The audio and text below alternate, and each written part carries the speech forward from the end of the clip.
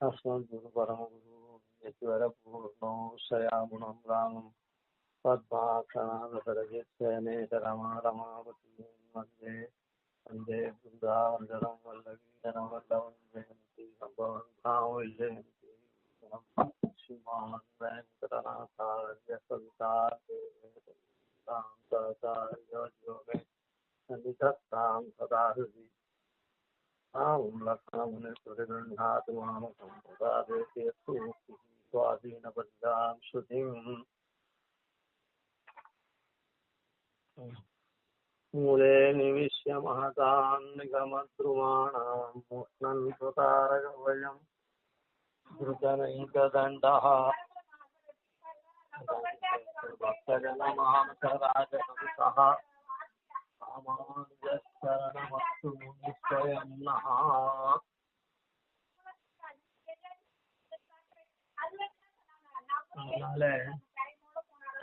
मूले निश्य महतान् निगमद्रुमाणां मुष्णन् सुतारकवयोः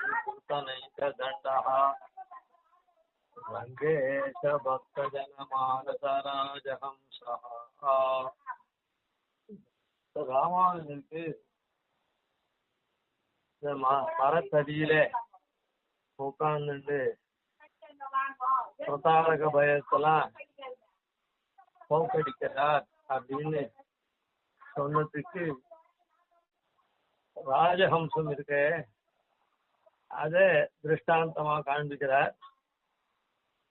ஹம்சம் என்ன பண்ணும்னா தனக்கு உண்டான வாத்தாதபாதிகள்லாம் இருக்கு, அதுக்காக நல்லா பெரிய மரத்து அடியில கூடு கட்டிண்டு அது இருக்கும். போன பொது வழியிலையும் சஞ்சரிக்கும், மரத்துலையும் அது சஞ்சரிக்கும்.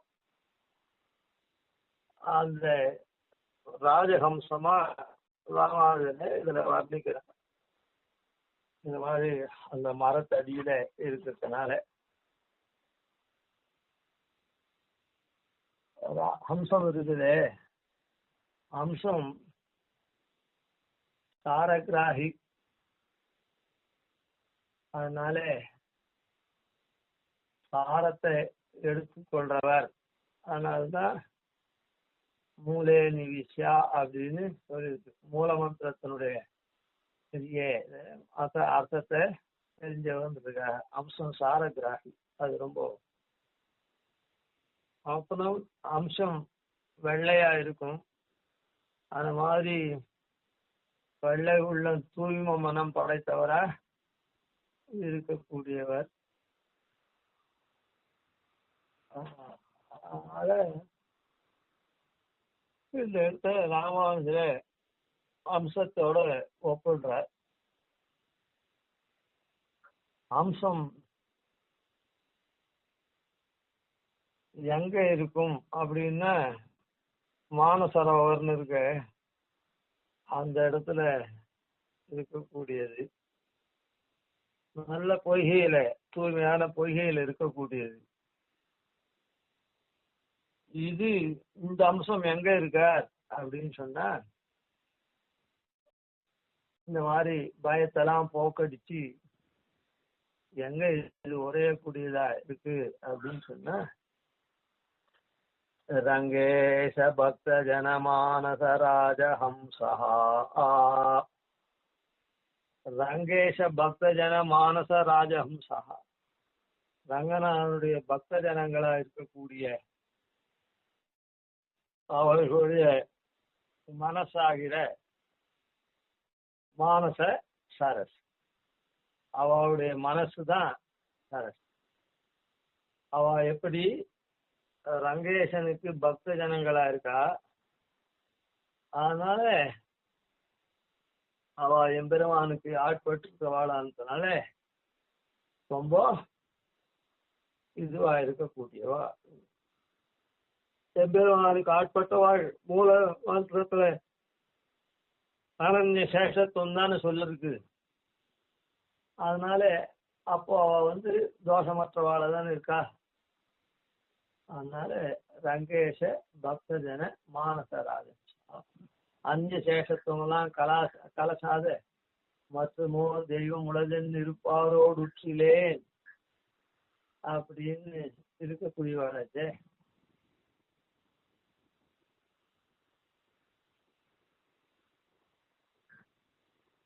அதனால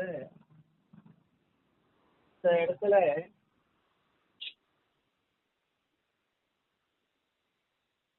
ரங்கேஷ பக்த ஜனமா இந்த அதான் அப்படி இருக்கக்கூடிய இடத்துல இவர் உரையறார் ராமானுஜர் அம்சம் போன்று இருக்கட்டும்.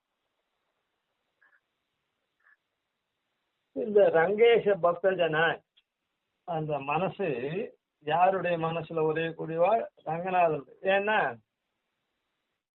எம்பெருமான் சர்வரக்ஷகன் அனன்ய தேவதா கத்துவத்தை உடையவாளா இருக்கா. அதனால வேறு தெய்வத்தை தொழாதவாளா இருக்கா. அவளுடைய மானச பொய்கையில உரையறார் அப்படின்றது. சரி, இந்த பத சுவாரஸ்யம் இருக்கு. ரங்கேஷ பக்தாள்னு சொல்லலாம், ரங்கேஷ ஜனங்கள்னு சொல்லலாம். அத ரெண்டாவும் பிரிக்கலாம். ரங்கேஷ பக்தஜன அப்படின்றத ரங்கேசனுடைய பக்தாள்னு பிரிக்கலாம், ரங்கேசனுடைய ஜனங்கள்னு பிரிக்கலாம்.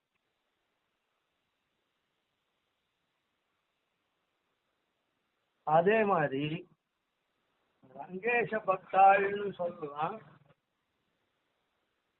ரங்கேஷ ஜனங்கள் ரங்கேசனை சேர்ந்த ஜனங்கள் அப்படின்னு சொல்லிட்டு அதான் ரங்கேச ஜனங்கள்னா ரங்கத்துக்கு ஈசனா இருக்க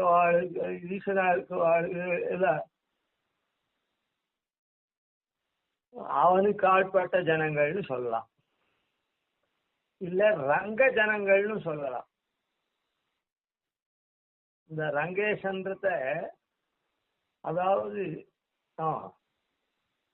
ரங்கேசனுடைய மானச ராஜஹம்சமா சொல்லலாம், ரங்கேஷ பக்தாளுடைய மானச ராஜஹம்சமா சொல்லலாம், ரங்கேஷ ஜனங்களுடைய மானச ராஜஹம்சமா சொல்லலாம். இல்லைன்னா ரங்கத்துல இருக்கிற பக்தாள்னு சொல்லலாம், ரங்கத்துல இருக்கக்கூடிய ஜனங்கள்னு சொல்லலாம்.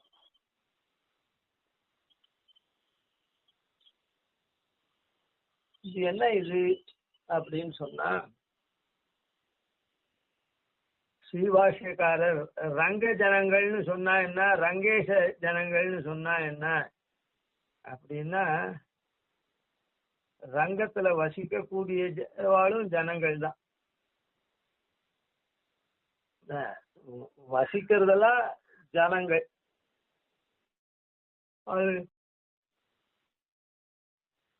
ரங்கேசனுக்கு ஆட்பட்ட ஜனங்களும் ஜனங்கள், ரங்கேசனுக்கு ஆட்பட்ட வசிச்சு ஆட்பற்றவாளும் ஜனங்கள் தான். அதாவது இந்த ஸ்ரீபாஷ்யக்காரர் இருக்கிற ரங்கத்துல இருக்கக்கூடிய ஜனங்கள் மொத்தத்தையும், ஸ்ரீரங்கத்துல இருக்கக்கூடிய ஜனங்கள் மொத்தத்தையும் ரங்கேசனுக்கு ஆட்படுத்தினார். ஸ்ரீரங்கத்துல உள்புகுந்து பார்த்தா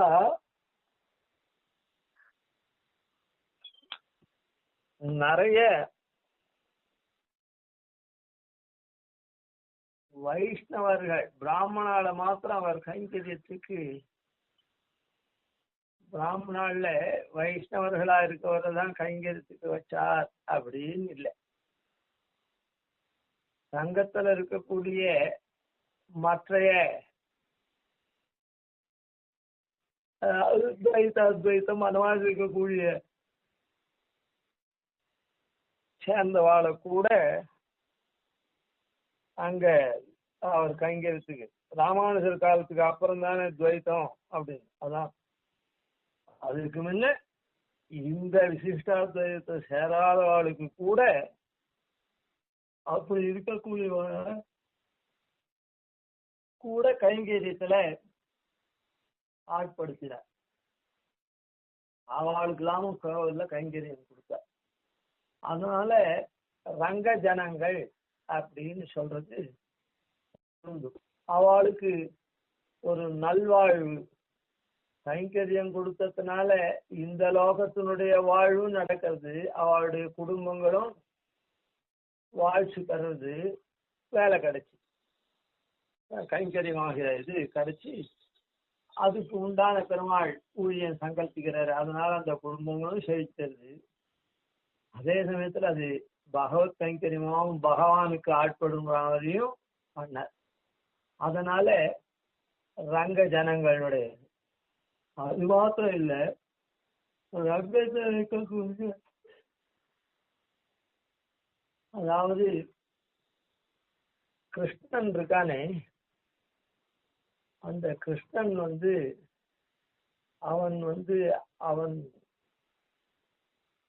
இதுவா இருக்கக்கூடியவன், அவன் தான் உயர்ந்தவன் அப்படின்னு சொல்ற இடத்துல அக்ர பூஜைக்கு தகுந்தவன் அப்படின்னு சொல்ல பிரகரணத்துல ஏச்ச வேதவிதோ விப்ராஹா ஏச்ச அத்தியாத்மவிதோ ஜனாஹா அப்படின்னு சொல்ல. அதாவது விப்ரர்கள் இருக்காளே, வேதவிதோ விப்ராள், வேதத்தை அறிஞ்ச விப்ராள் இருக்காளே, அவளும் அத்தியாத்மத்தை தெரிஞ்ச அத்தியாத்மத்தை ஆத்மாவை அதிகரிச்சு இருக்கக்கூடிய ஜனங்களும் ஏச்ச வேதவிதோ விப்ராஹா ஏச்ச அத்தியாத்மவிதோ ஜனாஹா சேவதந்தி மகாத்மானம் கிருஷ்ணம் தர்மம் சனாதனம். அவள்லாம் மகாத்மாவா இருக்கக்கூடிய கிருஷ்ணன் தர்மம் சனாதனம், சனாதன தர்மம் கிருஷ்ணன் அப்படின்னு சொல்றா. மகாத்மாவா இருக்கக்கூடிய பரமாத்மாவா இருக்கக்கூடிய கிருஷ்ணனே அவன் தான் சனாதன தர்மம் அப்படின்னு சொல்றான். அப்படின்னு சொல்ற இடத்துல ஏச்ச வேதவிதோ விப்ராஹா அப்படின்னு, வேதத்தை அறிஞ்சவர்கள் பண்டிதர்கள். அவளும் அத்தியாத்மா ஆத்மாவை அதிகரித்தவாள் இருக்காளே, அவளை ஜனசப்தத்தினால சொல்ற. இதுல என்ன ஒரு விசேஷம் அப்படின்னு சொன்னா,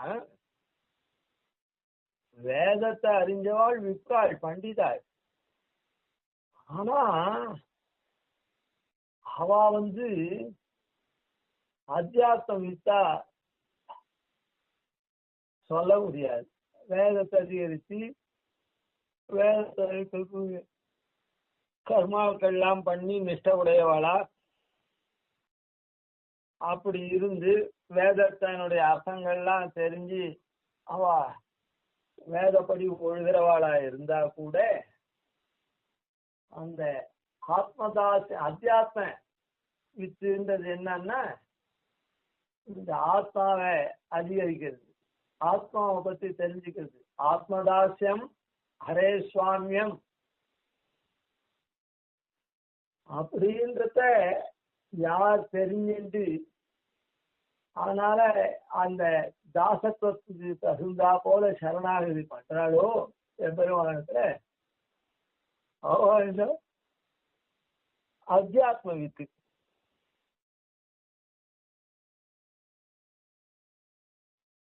அவ இந்த மாதிரி வேதத்தெல்லாம் அறிஞ்சவாளா இருக்கணும்னு நிர்பந்தம் இல்லை. சாதாரண வாழறவாளுக்கு கூட பல தடவை சொல்லிட்டே இருக்கும், பசுர் மனுஷ பக்ஷி வா ஏத்த வைஷ்ணவ சம்சயாகா அப்படின்னு. ஏதோ ஒரு பாக்கியத்தினால அது பாகவதனுக்கு ஆட்பட்டு அது அப்படியே பெருமாள் இடத்துல சமர்ப்பிக்கப்படக்கூடிய தன்மை அதுக்கு வந்துடுறது. அத மாதிரி வாழக்கூடிய வஸ்துக்கள் ஜனங்கள். அதாவது அதனால இப்போ ஸ்ரீபாஷ்யக்காரர்னால விப்ராள் எல்லாரும் தான் விப்ராள். அத்வைத்திகள்லாம் கூட வேதத்தை வேத விதோ விப்ராஹா அப்படின்ற ரீதியில இருக்கக்கூடியவர்கள். இப்போ அவளுக்கெல்லாம் கூட கைங்கரியம் அங்க கொடுத்துருக்கார். அப்ப என்ன ஆச்சு, அந்த விப்ரத்வத்தினால அவ பெருமாளை அடையல. அப்புறம் பெருமாளுக்கு கைங்கரியம் பண்ணி அதுதான் பெருமாளை அடையக்கூடியவாள் ஆற. அதனால அதே போல வேதத்தை அறியக்கூடிய இதுவே இல்லாத நாலாவது வர்ணத்தவர் போன்றவாளுக்கும், அது அவெல்லாம் ஜனங்கள் தானே, அவளுக்கெல்லாம் கூட எம்பெருமான இடத்துல கைங்கரியம் எல்லாம் கொடுத்துருக்க. இன்னி கூட சில கைங்கரியவர்கள் ஒரு பெருமையா சொல்லிக்கிறார். எங்களை பார்த்து பாஷ்யக்காரர், அதாவது அவளுக்கு தெரிஞ்ச விதத்துல அவளுடைய இதை சொல்றா. எங்க ராமானுஜர் பார்த்து, உனக்கு கர்மாவெல்லாம் கர்மாவெல்லாம் பண்ணி பெருமாளுக்கு நீ கைங்கரியம் பண்ற மாதிரி இருக்கணுமா, இல்ல நீ எப்பவும் பெருமாளுக்கு கைங்கரியம் பண்ற மாதிரி இருக்கணுமான்னு அவ பெரியவாளை கேட்டா மாதிரியும், அவ பெரியவா இந்த கர்மாக்கள்லாம் பண்ணிட்டு எங்களுக்கு கைங்கரியம் வேண்டாம், அதுல அவகாசமெல்லாம் போக வேண்டாம், முழுக்க நாங்க கைங்கரியம் பண்றவாளவே இருக்கணும் அப்படின்னு நாங்க ராமானுஜர்கிட்ட எங்க பெரியவா சொல்லிட்டா. அதனால எங்களுக்கு பூனல் போட்டாதான் கர்மாவெல்லாம் பண்ணணும். அதனால பூனலே போடாத, இதுல விஷயத்தை மாத்திரம்தான் எடுத்துக்கணுமே தவிர மேல் கொண்டு எதையும் போகக்கூடாது. இது சரியா தப்பா அப்படின்றதெல்லாம் போகக்கூடாது. அதனால உடனே பாஷ்யக்காரர் என்ன பண்ண, இந்த கைங்கரியத்தை நீங்க பண்ணுங்க எப்பவுமே பெருமாளுக்கு அப்படின்னு சொன்னார். அதனால நாங்க பெருமாளுக்கு ஏதோ காவலா இருக்கோம், திருமேனி காவலா இருக்கோம். அது இது அதுக்கு பதங்களால சொல்லி இப்படிலாம் எங்களை ராமானுஜர், அதனால நாங்க பூனல் போடாத இருக்கக்கூடியவா நாங்க அப்படின்னு.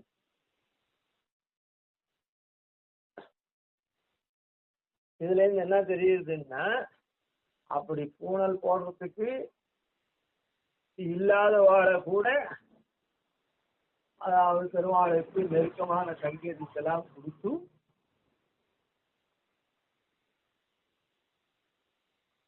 பெருமாளுக்கு எப்பவுமே உடன் இருந்து அவள்லாம் கைங்கரியம் பண்ற மாதிரி கொடுத்து சாதாரண ஜனங்கள்னு சொல்றேன் அவளெல்லாம் கூட ரங்கேசனுக்கு ஆட்படுத்தினார். அவ பாஷ்யக்காரர் அந்த மாதிரி ஆட்படுத்தலைன்னா அவ ரங்கத்துல இருக்கக்கூடிய சாதாரண ஜனங்களை தான் இருந்திருப்பா. இப்ப பாஷ்யக்காரர் ஆட்படுத்தினால ரங்கேசனுக்கு ஆட்பட்டு அப்படியே படிப்படியா பெருமாள் திருவடியை ஆசிரிக்கிறவாள் ஆறா. அதனால அவ மனசு இல்லாமல் அவளெல்லாம் வாழ்வி தருளினத்தினால, வாழ்வுன்னா ஜீவனத்துக்கு வழிவகை பண்ணார்னு மாத்திரம் இல்லை, இந்த சரீரம் அவனுடைய குடும்ப வாழத்து வழிவகை பண்ணார்னு இல்லை, அந்த வழிவகை அவனுடைய வாழ்ச்சி எம்பெருமானுக்கு தொண்டு பூண்டு அமுதம் உண்ணக்கூடியதான தசையை கொடுத்தார். அதனால அப்படி ரங்கேசனுக்கு ஆட்பட்ட ஜனங்கள் இருக்காளே அவளுடைய மானச பொய்யில உரையக்கூடியவரா இருக்கார் அப்படின்னு அத்த இப்படி. அதனால ரங்கத்தில் இருக்கக்கூடிய ஜனங்கள் பாஷ்யக்காரனால ரங்கேசனுக்கு ஆட்பட்டு அவள் வழி வழியா குடும்பமா வாழ்ச்சி பெற்றிருக்கா ரெண்டு விதத்திலையும். அதனால அந்த ரங்க ஜனங்கள் எல்லாமும் அப்படி. அதுக்கப்புறம் அவன் ரங்கேச ஜனங்கள் ஆயிட்டான். அதனால அங்கிருந்தே எடுக்கணும் அதை. இதெல்லாம் திருவுள்ளத்துல கொண்டு இந்த இடத்துல பதப்பிரயோகம் பத விநியாசம் இருக்கு. ரங்கேஷ பக்த ஜனமானச ராஜஹம்சா. அதனால ரங்கேசனுடைய திருவுள்ளத்திலேயே ரங்கேச மானச ராஜஹம்சமா இவர் வழங்குற. ரங்கேச மானச ராஜஹம்சமா வழங்கறதுக்கு இன்னும் நிறைய காரணங்கள்லாம் இருக்கு. அதாவது இப்படிப்பட்ட ராமானுஜர் ரங்கநாதனுடைய திருவுள்ளத்துல அப்படியே அதான் இதுவா சொல்றாரு. என்னது ஞானிக்கு ஆத்மைவ மே மதம்னு என் உள்ளத்துல அவன் எனக்கு ஆத்மாவா இருக்கா,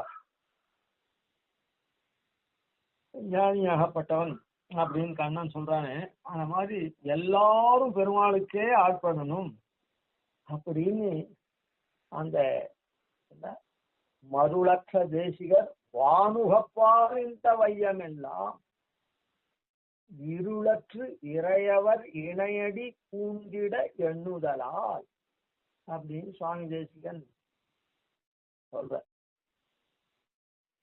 தெருளுற்ற சிந்தையில் செல்வம் பெருகி சிறந்தவர்பால் அருளுற்ற சிந்தையினால் அழியா விளக்கேற்றினரேன்னு ஆச்சாரிய கிருத்தி அதிகாரத்துல சொல்ற. அப்படி வானுகப்பால் இந்த வையமெல்லாம் இருளற்று, அதாவது மற்றவாளுக்கு ஆட்படாதபடி, அதுதான் அனன்ய சேஷத்துவம். அந்நிய சேஷத்துவம் மற்றவாளுக்கு ஆட்படுறது, அப்படி இல்லாத அனன்ய சேஷத்துவ பராளா இருக்கணும்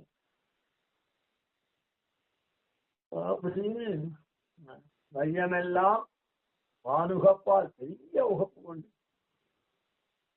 இருளற்று இறையவன் இணையடி பூண்டிட எண்ணுதலால் அந்த மாதிரி அவள்லாம் ஆசைக்கணும் எம்பெருமானே அப்படின்னு இந்த மாதிரி காரியங்கள்லாம் ஸ்ரீரங்கத்துல பண்ணதுனால ரங்கேசனுடைய மானச ராஜவம்சமா பாஷ்யக்காரர் இருந்தார். அதுக்கப்புறம் இந்த மாதிரி ரங்கத்துல கைங்கரியம் பண்ணி எம்பெருமானுக்கு வைகுண்டத்திலேயே எப்படி இருக்கார் எம்பெருமான், வைகுண்டேது பரேலோகே ஸ்ரீயா சாப்தன் ஜகத்பதி ஆஸ்தே விஷ்ணு அச்சிந்தியாத்மா பக்தை பாகவதை சஹா அப்படின்னு பக்தர்களோடும் பாகவதர்களோடும், பக்தர்கள்ன்றது கைங்கரியம் பண்ணக்கூடியவா, நித்தியமா பண்ணக்கூடிய கைங்கரியம் பண்ணக்கூடிய நித்தியர்களை சொல்றது. அந்த மாதிரி சங்கத்துல ஸ்ரீரங்கத்துல நிலையான கைங்கரியங்கள் பண்றாளே அவா மிராஸ், எங்களுடைய மிராஸ் இது அப்படின்னு எங்க குடும்பத்தார் வழி வழியா பண்ணிட்டு இருக்கிற கைங்கரியம் அந்த மாதிரி இருக்கக்கூடிய ரங்கேச பக்த ஜனங்கள் இப்படி இருக்கக்கூடிய அது மாதிரி. அதனால மற்ற ஜனங்கள்ல ரங்கேச பக்தா ஜனங்கள்ன்றது அவளுக்கு ஏற்படக்கூடிய கைங்கரியத்தை அப்பப்போ பண்றாளே, அதாவது இந்த மாதிரி நியத்தமா இல்லாத எந்த கைங்கரியம் கிடைக்கிறதோ அந்த கைங்கரியத்தை பண்றாளே. அங்கேருந்து போன முக்தாள் போன பக்தை பாகவதை சகான்னு அங்க பக்த சப்தத்தினால நித்தியர்களையும் நேத்த கைங்கரியம் பண்ணிட்டு இருக்கக்கூடிய நித்தியர்களையும், பாகவத சப்தத்தினால இங்கேருந்து போற முக்தர்கள் இருக்காளே அவளையும் குறிக்கிறது. அவள் பெருமாள் திருவுள்ள நோக்க எந்த கைகள் பெருமாள் ஆக்ஞாபிக்கிறதோ அந்த கைங்கரியத்தான் திருவுள்ளத்தை பண்றாள். அந்த மாதிரி இந்த இடத்துல ரங்கேஷ பக்த ஜனம், ரங்கேஷ பக்தாள் மானச ராஜஹம்சம், ரங்கேஷ ஜன மானச ராஜம். ரங்கேசனுக்கு இருக்கக்கூடிய ஜனங்களா இருக்காளே, நியத கைங்கரியம் பண்ணக்கூடியவாளா இல்லாத அங்க வசிச்சுண்டு ஸ்ரீரங்கத்துல வசிச்சுண்டு எம்பெருமானுக்கு அந்தந்த கைங்கரியத்தை பண்ணிட்டு இருக்காளே அப்பப்போ, அவளெல்லாம் இந்த மாதிரி ரெண்டுத்தினால ரங்கேச பக்த மானச ராஜஹம்சா, ரங்கேச பக்த ரங்கேச ஜன ராஜஹம்சா அப்படின்னு ரெண்டுவா பிரிச்சு சொல்லலாம்.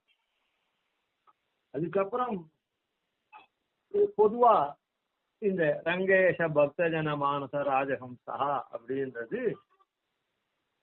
அங்க ஸ்ரீரங்கத்துல இந்த மாதிரி சம்பிரதாய பிரவர்த்தனத்தை பண்ணிட்டு இருக்காளே, எம்பெருமானுக்கு அடியவர்களா இருந்துட்டு ஆளவந்தாருக்கு கீழே பெரிய நம்பிகள், திருக்கோட்டியூர் நம்பிகள், திருமலை நம்பி, திருமாலை ஆண்டான், திருவரங்க பெருமாளரையர் அப்படின்லாம் இது பண்றாளே, அவள்லாம்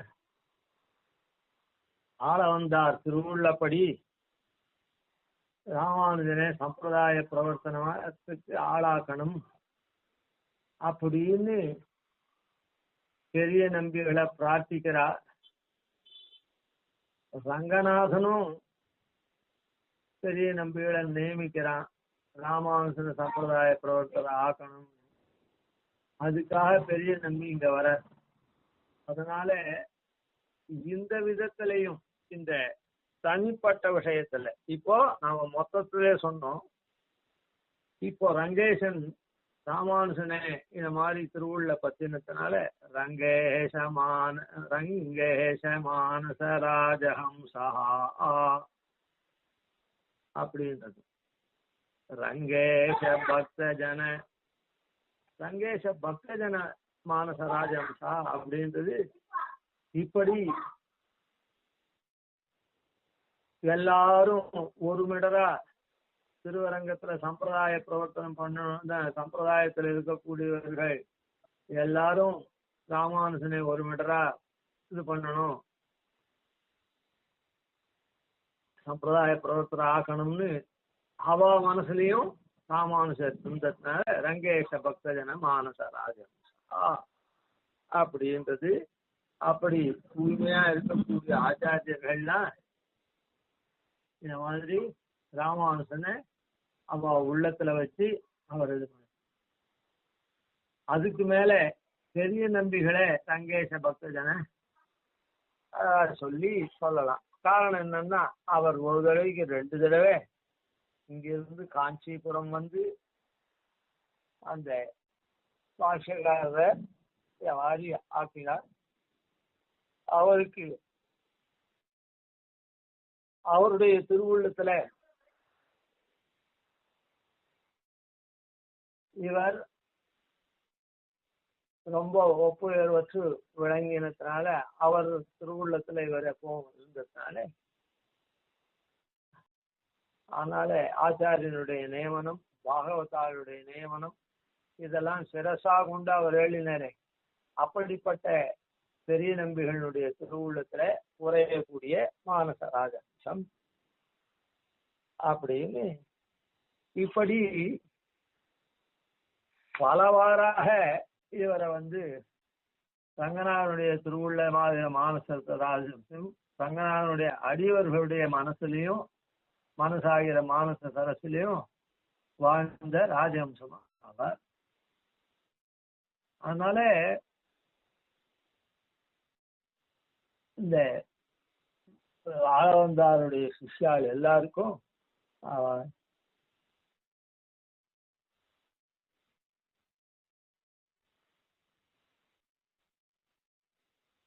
இப்படி விசேஷிச்சு ஆளவந்தாருடைய சிஷ்யர்கள் என்னுடைய திருவுள்ளம் என்ன, அதுக்கப்புறம் ராமானுஜனுடைய திருவுள்ளம் என்ன,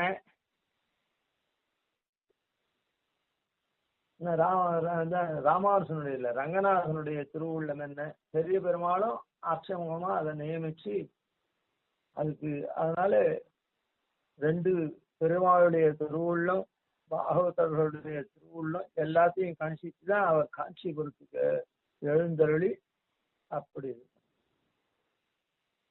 அதனால இப்படி எல்லாருடைய மனசுலையும் ராமானுஜன் ராஜஹம்சமா வீற்றிருந்தார். அதாவது அம்சம் நல்லத்தை போதிக்கக்கூடியது, சாராசார விவேகம் கோட்டது. அதனால இப்படிப்பட்டவர் தான் தெளிந்த இதுவா இருக்கக்கூடியவர் தான் சம்பிரதாய பிரவர்த்தகர் ஆகணும்னு எல்லாருக்கும். ரங்கம்ன்ற சப்தம் இத்தனை நாள் ஸ்ரீரங்கம்னு வச்சுட்டு சொன்னோம். ரங்கேஷ பக்த ரங்கேஷன் அப்படின்னு சொன்னா ரங்கம்னா மொத்தத்துல இந்த இத குறிக்கும், ஒரு மேடைய குறிக்கும். அந்த மாதிரி இந்த உலகமே ஒரு நாடக மேடை. அதனால அங்கங்க கோயில் கொண்டிருக்கிற எம்பெருமான் இருக்காரு, அந்த எம்பெருமான் இல்லாமும் இவரு, அதாவது காஞ்சிபுரத்துல இருக்க தேவப்பெருமாளும் அங்கேருந்து ஆளவந்தார் பிரார்த்திச்சா அது மடிச்சு தேவப்பெருமாளும் ராமானுஜன் சம்பிரதாய பிரவர்த்தனை ஆகிறதுக்காக பெரிய நம்பியோட அனுப்பிச்சு வச்சான்.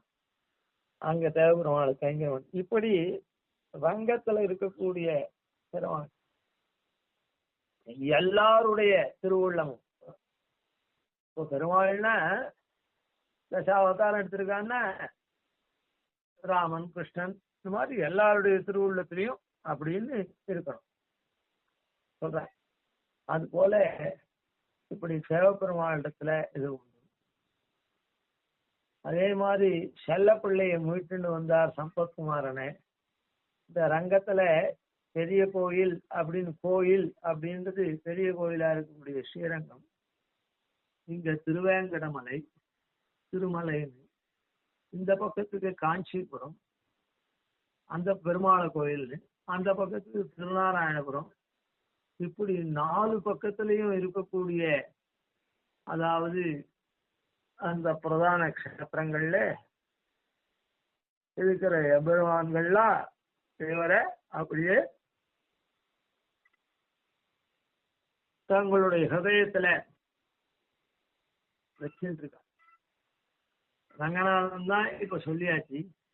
காஞ்சிபுரத்துல தேவப்பெருமாள் இவருக்கு அடிநாள்லயே யாதவ் பிரகாசர்னால தீர்த்த யாத்திரை காசி கங்கை யாத்திரைக்கு போகச்சே அவரால் பாதிப்பு ஏற்படும்னு இவர் தனிய விந்தியாட்டவியில பிரிஞ்ச உடனே அந்த தேவப்பெருமாள் வேடுவனும் வேடுவச்சியுமா பிரசங்காத்து இன்னைக்கு நாம இதை சொல்லிட்டு இருக்கே, இன்னைக்குதான் அந்த அனுஷ்டான குல உற்சவம் அப்படின்னு ஏற்பாசாத்து ஒரு அன்னைக்கு மறுநாள் வருஷா வருஷம் நடக்கிறது. அந்த கணத்துண்ட போய் பாஷ்யக்காரர் எந்த கணத்துண்ட இதோ தெரியுது பார்த்து என்னது புண்ணியகோட்டி அப்படின்னு காண்பிச்சாரோ தீர்த்தம் வேணும் அப்படின்னு வேடு வீழ்ச்சி கேட்டதாகவும் தாகம் எடுக்கிறது. அதுக்கு முன்ன நாம எங்க இருக்கோம்னு கேட்டா இதை வந்து புண்ணியகோட்டி வேணும் அப்படின்றத காண்பிச்சார். தீர்த்தம் கேட்டார். சரின்னு அந்த கணத்துல இருந்து தீர்த்தம் கொண்டு வரதுக்குள்ளேயும் அந்த வேடுவ தம்பதிகள் மறைஞ்சுட்டா. ஆன மாதிரி அந்த அந்நாள் தொடங்கி இந்நாள் வரை அப்படின்னு அந்த நாள்ல இருந்தே அடி நாள்ல இருந்தே தேவபெருமானுக்கு பாஷ்யக்காரர் தன்னை ஹிருதயத்துல வச்சிருந்தான். அதோட கூட அந்த மறைஞ்சுட்டதுனால நிச்சயம் அந்த சால ஓரமா இருக்கிற கணத்தான, ஏன்னா அவ வந்த வழியில ஓரமா இருக்கிற கணத்தானால சால கிணறுன்னு அதுக்கு பேரு பிரசித்தி. அந்த கணத்துல இருந்து பாஷ்யக்காரன் நித்தியம் தீர்த்தத்தை கொண்டு பெருமாளுக்கு சமைச்சார். அது தேசிகன் சாய்கிட்டு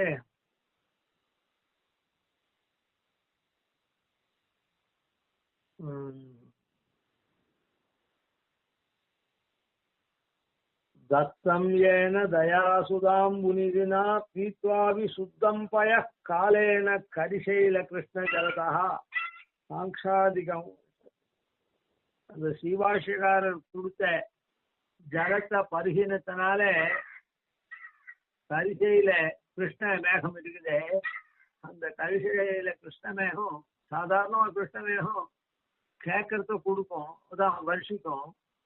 ஆனா இது என்ன காங்ஷாதிகம் வருஷத்தி, நாம எதிர்பார்க்கிற கேட்கறதுக்கு மேல வருஷிக்கிறது. காரணம் என்னன்னா அது சமுத்திர நீரை மாத்திரம் பருகல, என்ன ஸ்ரீபாஷ்யக்காரர் அர்ப்பிக்கப்பட்ட சமர்ப்பிக்கப்பட்ட தீர்த்தத்தையும் பருகிறதுனால அது தத்தம் ஏன தயாசுதாம்புநிதினா பீத்வாவி சுத்தம் பயஹா சாலேன கரிசையில கிருஷ்ண ஜனதா காங்ஷாதிகம். அதனால தேவப்பெருமாளுக்கு அதி நாள்ல இருந்து சிவாஷகாரரை தம் மனசுல வச்சுட்டு விந்தியாதவிலேருந்து ஒரே ராத்திரியில இப்படி ஆட்சியனை வந்து காப்பாத்தினான்.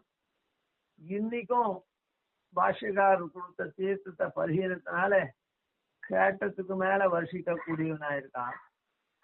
அதனால இப்படி பாஷ்யக்காரரை அவன் திருவுள்ளத்துல வச்சு அதே மாதிரி செல்லப்பிள்ளைன்னு சொல்லக்கூடிய திருநாரணன்,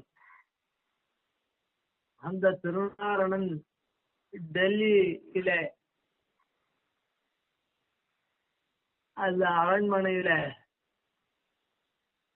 உற்சவ விக்கிரகம், அந்த உற்சவ விக்கிரகத்தை அங்கிருந்து அப்படியே பிரார்த்திச்சு அந்த விக்கிரகம் அர்ச்சா சமாதியை கடந்து இவரிடத்துல வந்ததுனால இங்க மறுபடியும் கொண்டு வந்து திருநாராயணபுரத்துல பிரதிஷ்டை பண்ணார். அப்படி அந்த எம்பெருமான் ரங்கத்துல ஈசனா இருக்கக்கூடிய ஒவ்வொரு பக்கத்துல இருக்கிற எம்பெருமானும் தங்களுடைய மனசுல ராமானுசனை வச்சுட்டு இருக்கிறதுனால அப்படியே அவர்கள்லாம் ராமானுசனுடைய ஹிருதயத்துல வச்சுருக்கா. அதனால இப்படி ராமானுஜனுக்கு பெருமை இருக்கு. சம்பத்குமாரனை பிரதிஷ்டை பண்ணார். திருவேங்கையும் எம்பெருமானுக்கு கைங்கரியம் பண்றதுக்கு அனந்தாழ்வான் சொல்லி இது பண்ணி அந்த மாதிரி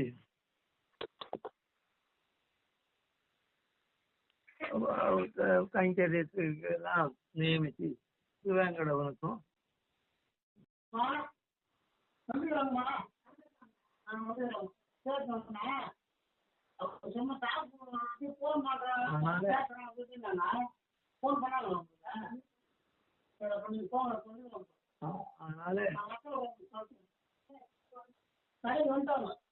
அதனால இப்படி பலவிதமாக ஸ்ரீபாஷ்யகாரர் இந்த ரகத்துல இருக்கக்கூடிய பெருவான்லாம்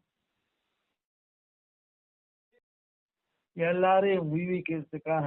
மேலும் நாம் ஒரு சரித்திரம் பார்த்தோம்.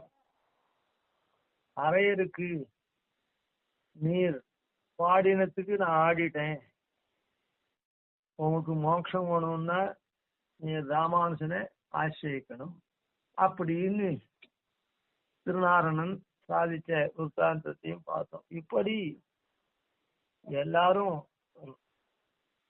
ராமானுஜனை திருவுள்ளத்துல கொண்டு இருந்ததுனால அந்த திருவுள்ளவாகிற பொய்யில ராஜஹம்சமா விளங்குறார் அப்படின்றது இந்த ஸ்லோகத்தினால காண்பிக்கப்பட்டது. இதுக்கப்புறம் இந்த ஸ்லோகத்துல நாம் முக்கியமா அனுசந்திக்க வேண்டியது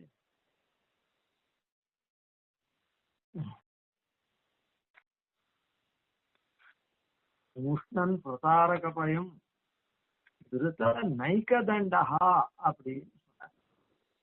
அந்த நைக்கதண்டகா அப்படின்ற அர்த்தத்தை நாம் அப்புறம் அனுசந்திப்போம். கவிதார்த்திக சிம்ஹாய கல்யாண குணசாலினே ஸ்ரீமதே வெங்கடேஷாய வேதாந்த குரவே நமஹ.